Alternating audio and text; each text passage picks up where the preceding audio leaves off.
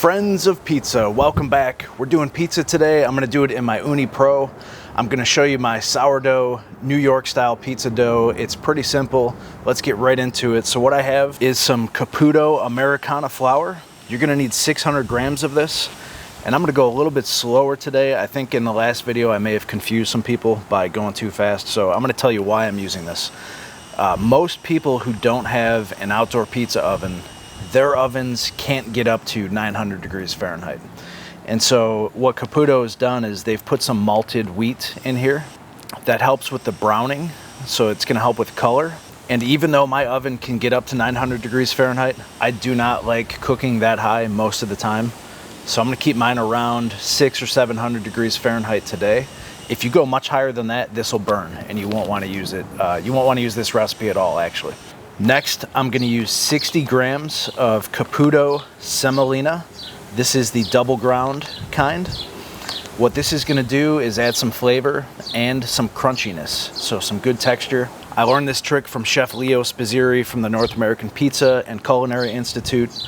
I'll leave a link to his channel in the description. He's probably one of the best kept secrets on YouTube as far as how to make different kinds of pizza. Go check him out, tell him I said hello. And this is normally used in pasta, just as an FYI. Goes great in this recipe if you like a crunchy, crispy, kind of a New York style pizza. Okay, next you're gonna add 3 grams of Diastatic Malt. So this is also gonna help with browning. It's gonna give your crust a little bit more of a rise, and it's gonna add some flavor. So the Caputo Americana that I showed you a second ago has malted wheat. This is malted barley.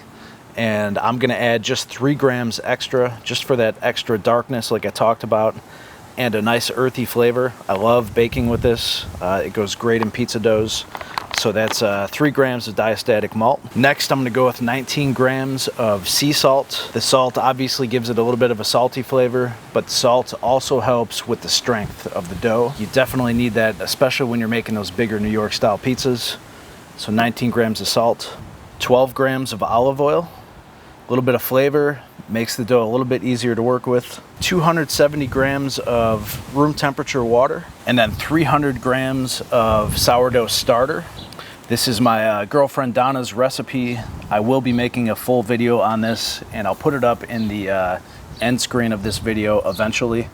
But for now, you could look up a lot of different videos on YouTube on sourdough starters.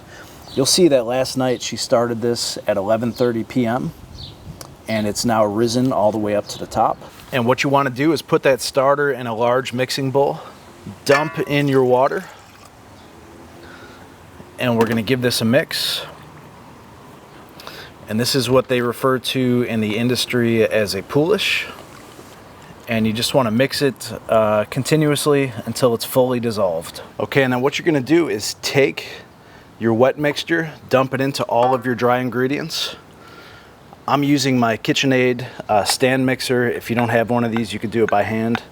We just make so many pizzas here that I finally decided to spend the money on this thing, and I'm glad I did. And so we're gonna get this started here. I've got a dough hook. The only thing I have not added yet is the olive oil. I'm gonna do that just as soon as this starts to pull together. You'll see that. So let's get that going. Just gonna go on the lowest speed. And now we'll add that olive oil slowly, get it combined.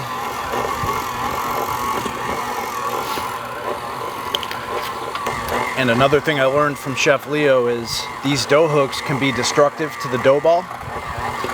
So we're not gonna let this do the full process. I'm just gonna let the dough hook pull it all together. And then it's a lot easier to work with on the counter and knead it by hand. Okay, and then you're gonna dump it out onto your board. You'll notice kind of a shaggy dough. There's still some dry stuff in here, which is okay. And now your job is to just relax and start working this. So what I like to do, I'll form a log like this, and then we'll just start to work in all these dry ingredients. And then I turn it perpendicular, and then I'll take 1 or 2 hands. I'll start at the end, I'll push, I'll pull back, push, pull back, all the way till we get it rolled up again into a new log. And then I'm just gonna repeat that process. I'm just gonna do a nice, relaxed little stretch here. We're gonna form the gluten, and I'll give yourself 5-10 minutes to do this. So that's what I'm gonna do for about 5 or 10 minutes. I'll come back, show you what it looks like, and then go on to the next step. Okay, so we're getting towards the end of about 10 minutes. Look how nice and easy this is rolling out. It's very smooth in texture. It's not sticking to my hands. And just show you this. So push away, roll it back. Just do this one more time for you.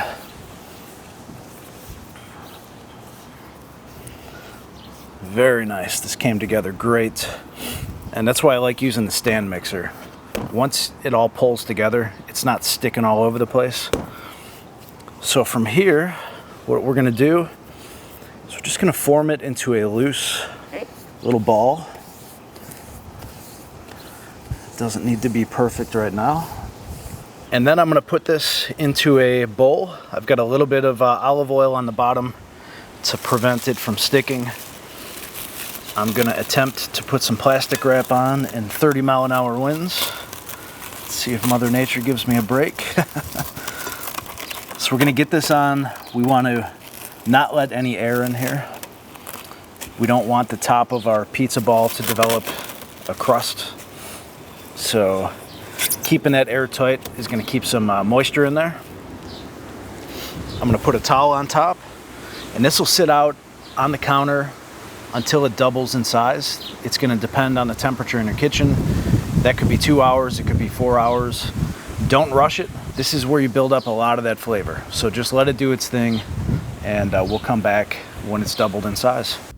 And after about 3 hours for me, mine was doubled in size. So now what I've done is I've divided it up into 4 dough balls. It's gonna be somewhere between 303 and 312 grams each. That's if you want an 8 to 10 inch pizza. If you want to do some big boys like the 16-inch New York style, then just divide it in half. And what you see me doing here is I'm going to form these into separate dough balls. I just grab the corners and start folding in, especially those smaller pieces that I had to cut to get equal portions. And I just tuck those into the inside, and then I use my countertop to form these into some nice tight dough balls. You want to keep the top of the pizza dough when you take it out of the bowl on the top. So each of these have been cut, and then I'm mindful to make sure that the top always stays on the top. That's how you get that nice smooth skin on the outside. And so just form them like this, and then you want to put them in a container or two, whatever you got on hand, with a lid over top. We want these to sit in the refrigerator for 3 days. You could get away with 2 days or 1 day, but really it tastes the best after 3 days in the refrigerator. And then the other trick is, once you take them out of the refrigerator to use them that day, take them out a couple hours in advance. You really want those to come up to room temp and get nice and soft. They're easier to work with. And here we are 3 days later. I've got my dough, which has been sitting out for about 2.5 hours. Like I said, bring it up to room temp. Pizza oven is heating up right now. So the way this works, this oven works on charcoal, wood. It even has a propane gas attachment.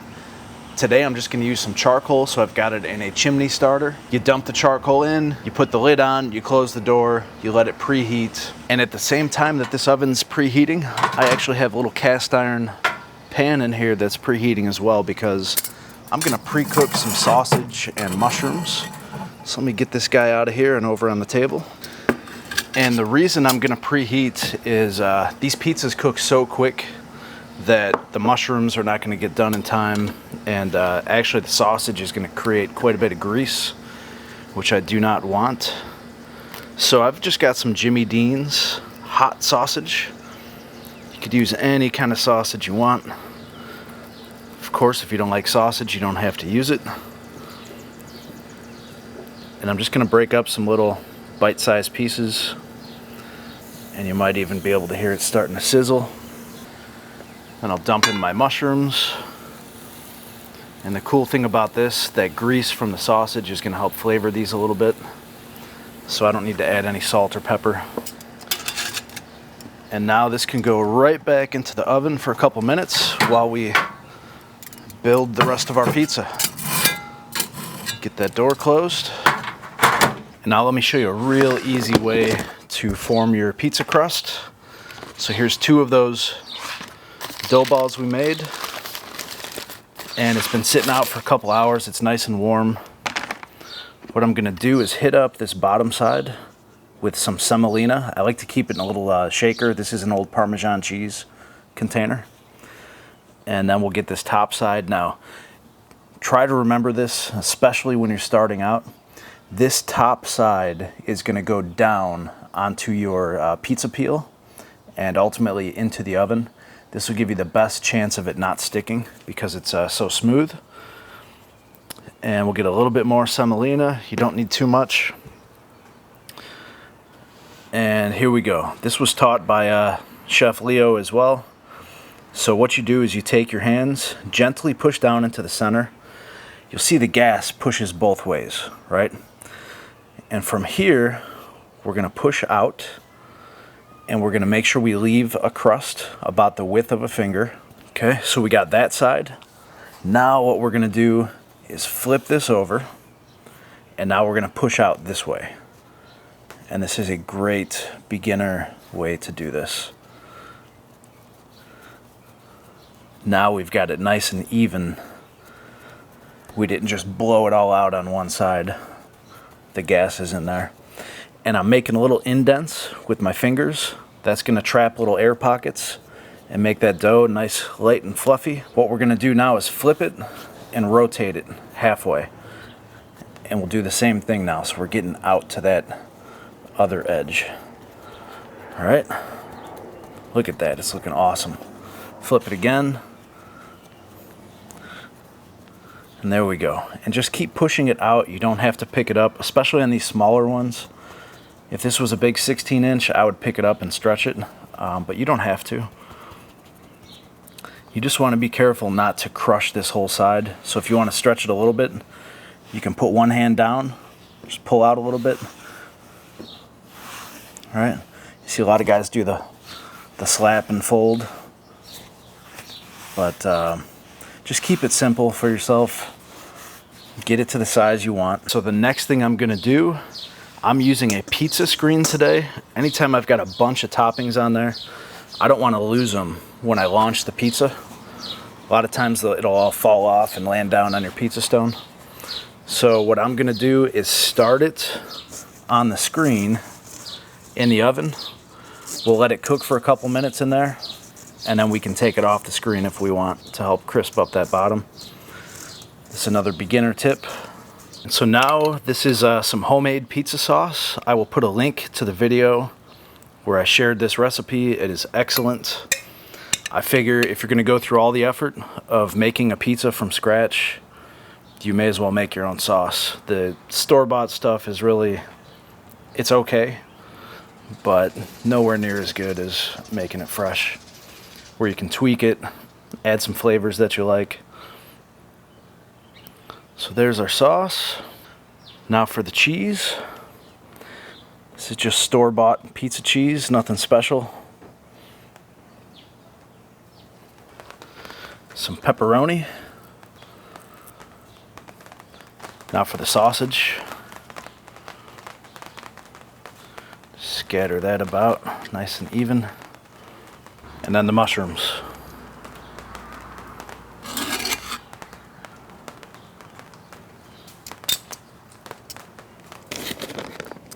A little bit of extra cheese over top. And then right into the oven. So the oven temperature right now is at 500 degrees Fahrenheit in the back. It's about 450 up in the front. Just slide it right in. Close this door for 1 minute. All right, it's been a minute. Open this up. And now all we have to do with that screen, we're gonna turn it so that the back side is now in the front. It's already starting to get some color. And we'll let that side cook for a minute. Okay, it's been another minute. Let's see how it's looking.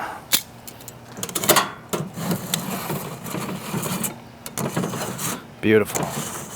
Got nice cornicione crust formation. So at this point, I'm gonna take it off of the screen. It's pretty simple. Grab your tongs, grab your pizza peel, and just gently pull the screen out. And now that can go right down on the stone. And we'll probably do 4 turns. So 30 seconds this way, quarter turn, and do that every 30 seconds just to get that bottom crisp and even. All right. So total cook time right now, about 5 minutes. And it's done when you're happy with it, right? If you like it really crispy, leave it in. Do it well done. This is just about how I like mine. You can see the nice color we got. Most of that is from the Americana flour and that Diastatic Malt. Cheese is nice and bubbly. This thing's nice and crispy underneath. And I'm ready to take this out. There it is. Look at that pie. Beautiful. Sausage, pepperoni, mushroom. But hey, your pizza, your rules. You put on whatever you like. This is what I wanted today. Let's cut it up. And to think I've got 3 more of these to make tonight. We're gonna spread it out. And we'll make different kinds, but listen. Crunchy. That's how we like it. So we'll go ahead and cut it.